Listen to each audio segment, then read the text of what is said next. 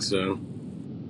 Welcome back in. We are back for another episode. I believe we were just talking off camera. I believe this is episode number 5 of the B-Dub Bros podcast, and I'm sure you'll be able to hear both myself and my co-host brother Logan valiantly battling through allergies as we put another show together for you. Logan also battling through the wonderful Chattanooga traffic as well.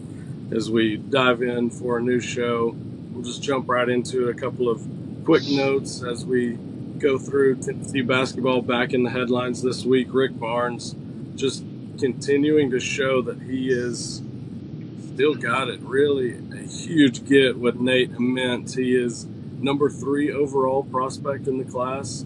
Have one of those comps that you hear about that sometimes is maybe not warranted, but for him, it really seems to be his comp is to Kevin Durant, which is high praise. And of course, that's one of the things that he mentioned in his reasoning for coming to Tennessee is Rick Barnes at Texas coached Kevin Durant, and now he is looking at being kind of that next big one and done player. So probably just 1 year with Tennessee, but a guy that can play basically every position on the floor, and a huge get for Rick Barnes as they now move into 2025-26 with a roster that looks just as good as you kind of could hope for. Yeah, man. So the traffic has slowed, the rain has stopped, and it's time for some brotherly podcasts. I am excited for today's show. I hate that it's kind of a odd setup here today, but we'll get through as much as we can. So they're saying this is the best grade-wise, however it's graded these days. Who knows? It changes every year, seems like. But the best pickup Rick has ever got. So, and this guy he really wanted. He's a transfer portal guy. We know that. He's great in the transfer portal, especially recently. But he wanted this guy, and he got him. So, Rick is out there doing it again. The highest rated prospect, I believe, in Tennessee basketball history. So a huge get for them, and a guy that's going to come in as a young guy that is going to join some of those transfers that you mentioned. And should all of a sudden Tennessee is right back on the radar, right back where they want to be as one of those top 5, top 10 talents for the new year. And should be interesting to see how much production they get out of some of those guys that are coming in for what will likely be just 1 year, and you're going to reset again, but a lot of talent for sure. Well, I think Rick Barnes has got to the point where you just expect it's going to be a good year. He's going to make it to the tournament, and he might just take you to the promised land. And that's just how it's going to be, I think, until he decides to leave. Of course, you hope that it's, when I say promised land, maybe past the Elite Eight for once. But you can't complain too much when you didn't have hardly any of that before he got there. So it's great to be a Tennessee Vol. I mean, what can you say? It's you get spoiled as a fan base really quick when your coach is out there getting guys like this, just churning him out every season. So excited to see next year. Well, that's what we say, right? What's next year? The reason you pay attention to the off season is because it gives you a chance to be excited about next year. And kind of transitioning into that, we are moving into what is considered one of the very few times of the year for NFL fans where you can all be hopeful about something. We're moving into the draft, obviously, this weekend, and kind of pre-draft, we, as being in the Tennessee Titans area code, we kind of know what we're expecting at number 1. But last night, the Titans make a little bit of a newsworthy update. They actually signed Tyler Lockett. They get him for a 1 year, $4 million, up to 6, I believe, with incentives. And one of those that is, I think, on the surface, kind of a ho-hum, not any kind of super big splash sign. But when I was actually looking at this, I'm going to throw this out to you. This is really interesting. So, first of all, Tyler Lockett, one of the big things that we are going to kind of get into with possibly a rookie quarterback coming in, reliability is a huge thing. He played all 17 games last year. He's rarely injured, super reliable guy. And a lot of people are talking about last year being his worst year production-wise, only 600 yards. But just tell me this, do you know how many guys on the Tennessee Titans roster had over 600 yards receiving last year? I'm actually not sure if it's even one. Honestly, I don't know. It would be one, and that would be Calvin Ridley, obviously the guy that they gave the big contract to, delivered in the best that he could with the quarterbacks that were playing for him last year. He was very productive. After that, you got a guy that I think maybe the organization didn't give enough respect to, Nick Westbrook-Akine, who is gone. He had 497, but he also had, obviously, was a touchdown machine, had 9 touchdowns last year. A guy that really would have been nice now looking at it to have in this wide receiver room next year. But Yep. Tyler Lockett kind of feels like, no offense to NWI, but maybe an upgraded version of what that is as far as production goes. So I think overall again, we'll get into the draft, for what you're moving into next year, Tyler Lockett probably a guy that is going to be important for the new year for the Titans. Yeah, I mean, not a guy who you're going to put on your fantasy team, but a reliable guy who's always been there, and he's gonna get his. And if it wasn't solidified already, newsflash, I don't think the Titans are going anywhere tonight. I think they're getting Cam Ward at number 1. As if you needed any more evidence of that, you go out and get a veteran wide receiver. So, welcome to the nursing home, buddy. That's what we do here in Nashville. We take old receivers and we give them a nice little paycheck before they retire. So, yes, I'm being a little facetious, but it seems to be a theme. We'll see. You know, I good on. You know, we'll see. I don't know. Yeah, it's interesting that you mentioned Tyler Lockett. I was kind of thinking the same thing. It feels like he's a guy that's been around forever. I think he was on the Seahawks team that won the Super Bowl.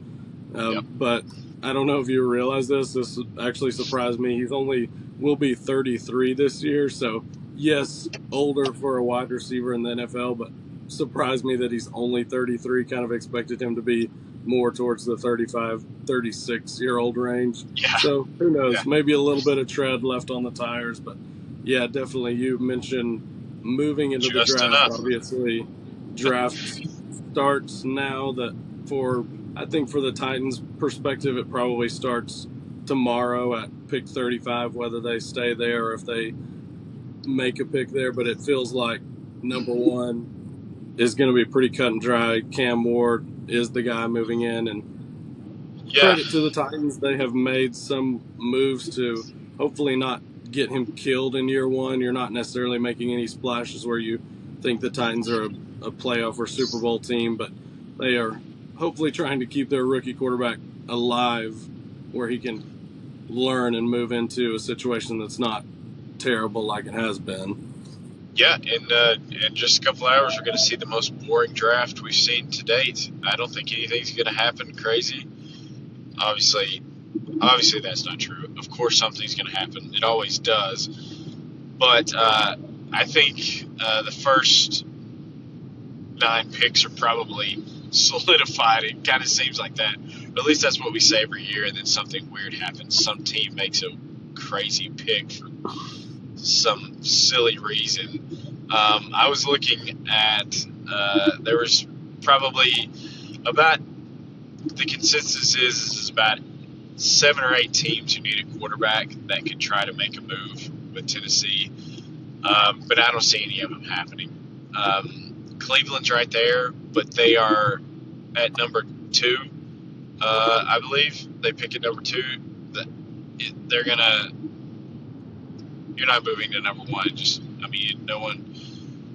They've probably got 2 or 3 choices that they would really be happy with, and then honestly, everyone else, um, I just don't see the Titans making a move. Maybe you could go up to 8 or 9 with New Orleans or maybe Las Vegas, but I don't know, man. I think it's pretty cut and dry. I think the first 5 picks are just going to be boom, boom, boom, and then we'll see what craziness happens after that.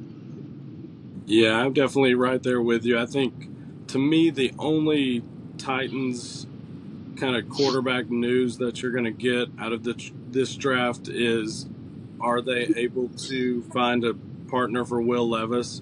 I think that's a big priority for them to try to Yep. maybe find I don't think you're going to get a third, but maybe you can swap for a fifth and get a third, give them Will and a fifth or something like that. But Sure. definitely it feels like you mentioned, there are teams that need a quarterback, and with the way this class is set up, it seems like you almost will see some teams start to say, well, we have seen what the flashes are physically of Will Levis in the NFL. We know that there is some potential there. Would we rather have that over a guy like one of these later Quinn Ewers type of quarterbacks where you just have no idea what you're going to get? So that could be interesting, but I'm with you. I think exactly. probably Cam Ward, Travis Hunter, Abdul Carter, pretty obvious 1, 2, 3, and then who knows? Seems like it. I think maybe the thing I'm most interested to see is Jackson Dart now quarterback number 2, because that kind of seems to be the direction it's going in. I'm really interested to see where he ends up falling if he gets into the first round. Who knows? We'll see with that. I can't decide whether if that's just pre-draft nonsense buzz, people trying to create some drama, or if that's true, because I remember not long ago people were ripping this guy to shreds and saying he was going to be a third-round pick. So it just seems pretty funny how it ebbs and flows that way. So I don't know, man. I love to watch it every year, and there will be something that I text you about, and it happens all the time where I'm like, yeah, 100%. really? I mean, Did there's that just happen? Exactly. Like, for example, a guy like Jalen Milroe who gets an invite to be in person in the draft. Well, I think there's only 17 guys that are going to be there. Jalen Milroe is one of those. I have no idea who's coming up to get him, but obviously the NFL feels like maybe there's a chance. So it could get crazy. This is the latest we've gone without any real trades into the teams moving up. So I think maybe when you get out to the later, like Pittsburgh, I think they're around 19 or 21, basically the same place they always draft. I think that's where you start to see it kind of get crazy, where maybe Shedeur goes there. Who knows? But it feels like you get past the top 10 and it's going to get crazy. Speaking of your boy, I've heard some pretty bad press about him lately too, which again I think is a lot of pre-draft buzz drama. I've seen a lot of things about him being super arrogant in his interview, awful, just not articulate, just and anonymous. You don't want to be around the guy. All this stuff, and it's like, well, I haven't heard that before. I mean, yeah, it's obviously he's pretty arrogant, but I haven't heard that before. So it's just funny how these things will drop right before the draft, and then that creates the order of things. Yeah, welcome to the NFL draft, where an anonymous NFL exec says that he made me feel small. It was the worst formal interview I've ever had. Of course, talking about Shedeur Sanders, who is, if nothing else, is obviously a polarizing figure. But I don't know. We'll see with Shedeur. I have watched a lot of him, especially early on in the process when it was a possibility he's going to be a Titan, and I didn't see that. I thought that he actually dressed himself up pretty well. So I don't know, maybe behind closed doors, for whatever reason you decide to talk trash about the NFL organization you're talking to, doesn't make sense to me. Out of all the things that you can call Dion and his family, I don't think that unprepared is one of those. I think Dion has gotten his guys Agreed. ready for this moment. So I don't know. I think I'm with you, probably more draft hoopla, but there's Yeah, obviously a reason why he's kind of dropping. I think it's more the ceiling is probably not there than the actual character issues. Well, it's funny how when you're over the hype of something, you see how the reality of it. And I think they're starting to realize, you know, he may not be worth a top 10, top 15 pick after all. Not that it's his work ethic or his attitude. It may just be that he may not be on that level. We'll see.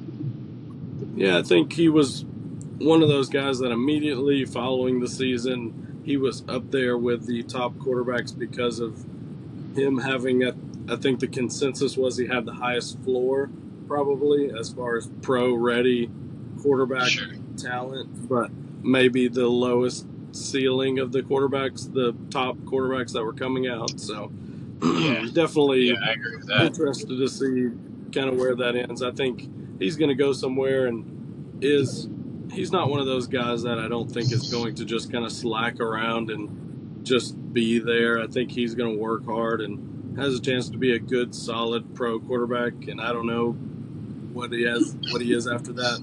Who knows? But somebody's going to take him. I would expect somebody's going to take him tonight.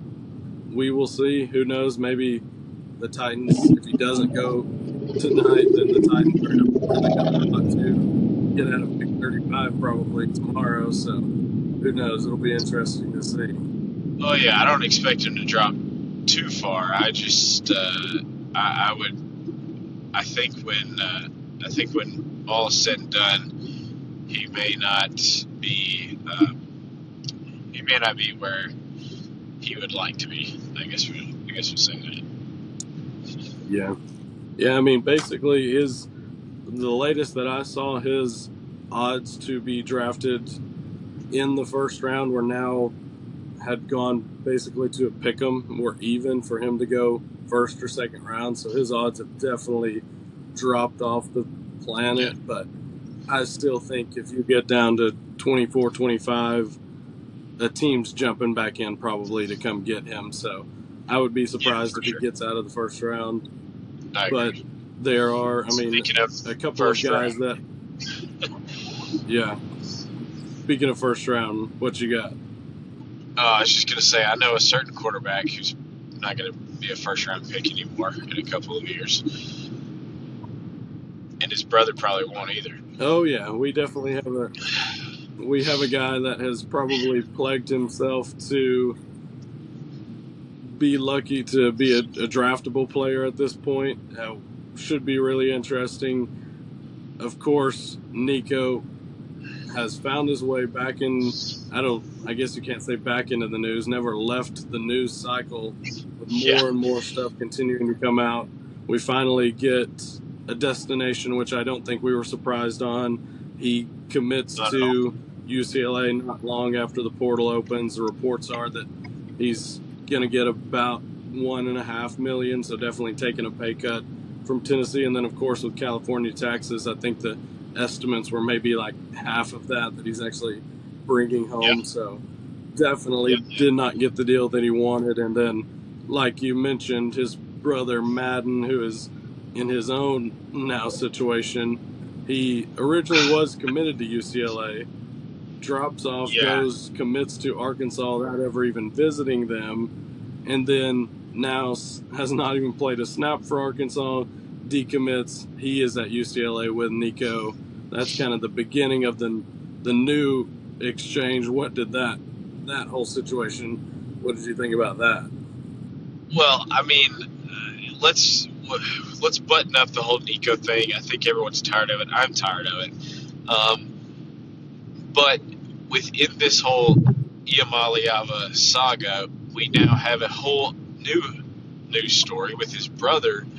And rightfully so, the Arkansas Collective, and I wouldn't be surprised if Spire Sports came after Nico for the same thing. But the Arkansas collective came out with the support of the Arkansas AD and said, "Hey, buddy, you didn't do anything for us. We want our money back."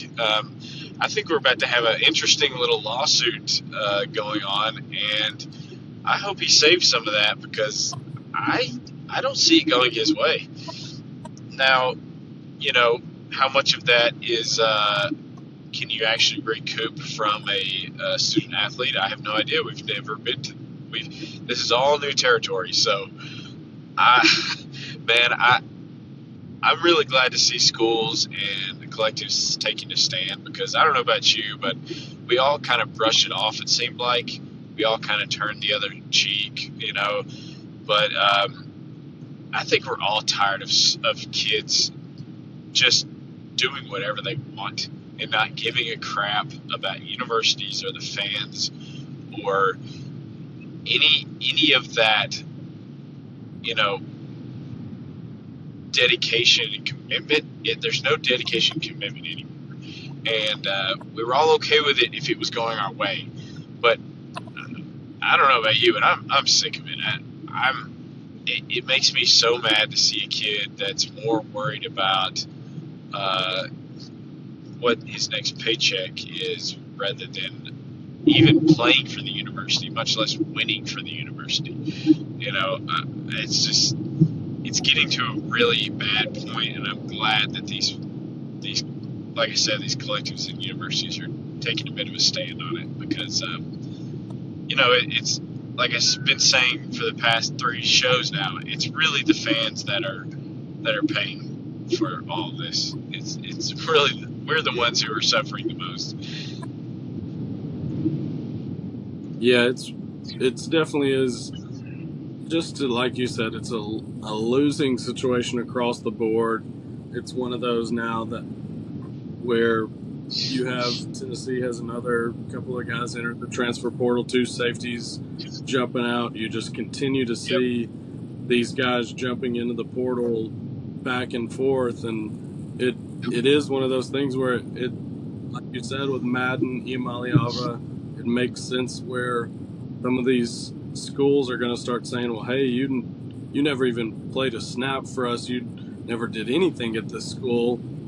You better start paying some of that buyout back or bigger consequences come in. And I think that's where you start seeing guys like Josh Pate has mentioned that maybe it's time for these federal cases to start coming in where you're actually seeing results from these. It's unfortunately going to get uglier before it gets better, it feels like. Yeah, you have to. How is it okay just because you're a student athlete to sign a contract, take a pay out, take a sum of money, and then literally in Madden's case do nothing for the university in turn? How is that in any legal avenues okay? I don't even know. You know what I mean? Like, there's got to be something there that these collectives have that can help them recoup some of this. And from what I understand, they're not even asking for the whole lump sum or that he was paid out. They're just asking for a portion of it, or at least the whole thing has not been released yet.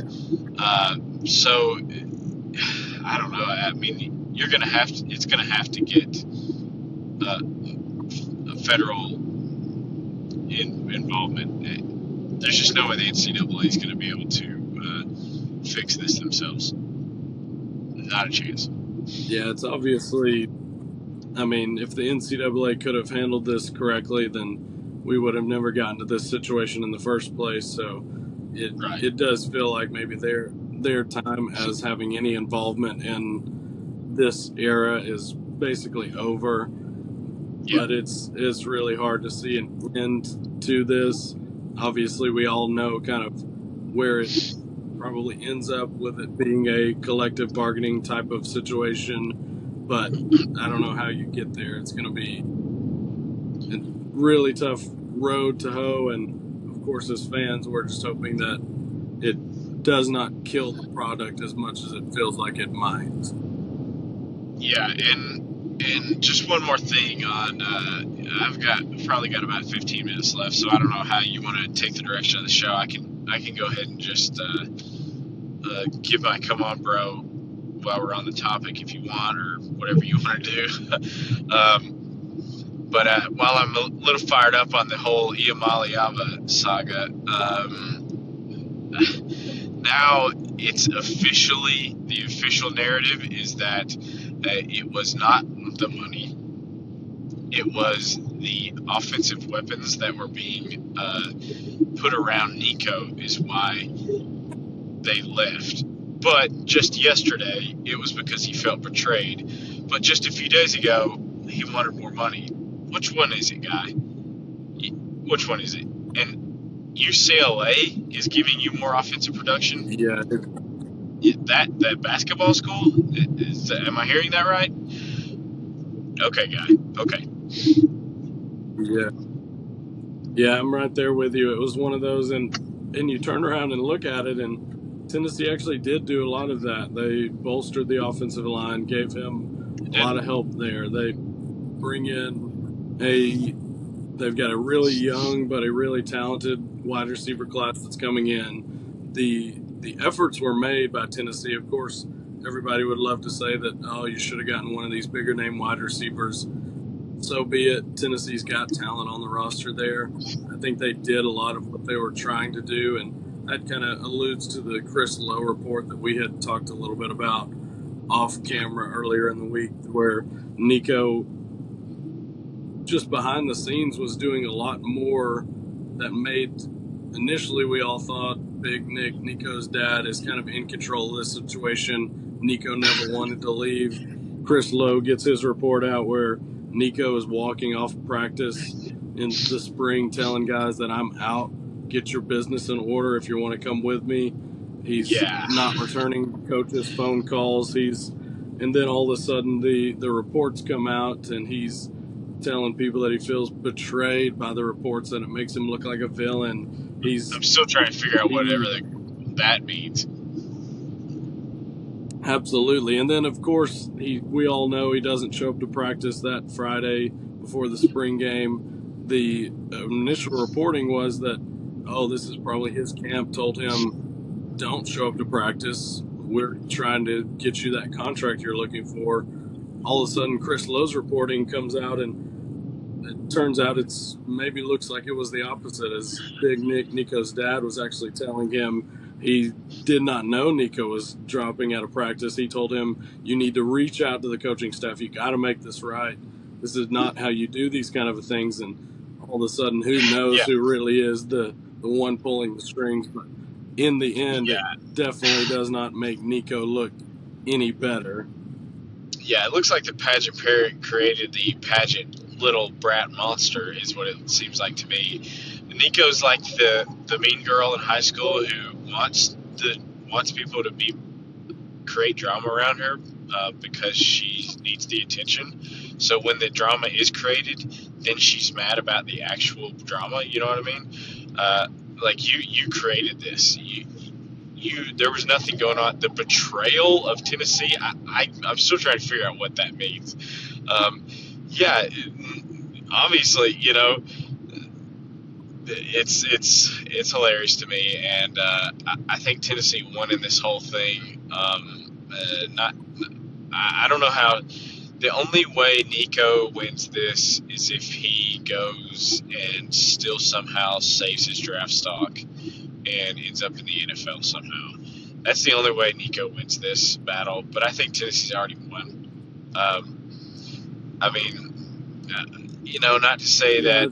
I think Tennessee. I don't know. And we didn't even talk about Joey Football, man. That's what I'm calling him. I'm pretty sure that's what they called him in App State. Yeah, that was what I was gonna kind of transfer into that right before we get to your come on, bro, as you're getting close to kind of being back off the road. So in that instance, I think you're right as far as perception goes. Tennessee ends up being the more positive of the two for sure. And with that, we kind of get not necessarily an actual trade, but like you said, right. Joey Aguilar, he is coming from App State, he was committed to UCLA, had a good spring by all accounts, but never actually plays it down for UCLA. Nico comes in. The word is that UCLA is like, hey, sorry about it. And he's like, okay, well, I'm out then. And ends up now committed to Tennessee in one of those where it feels like both Joey Aguilar, if he ends up being the starter, and Joe Heupel have a chance to do something very legendary here for the new year, to be the ultimate. This program is bigger than the individuals, and really make a big statement this year if it becomes a successful pairing.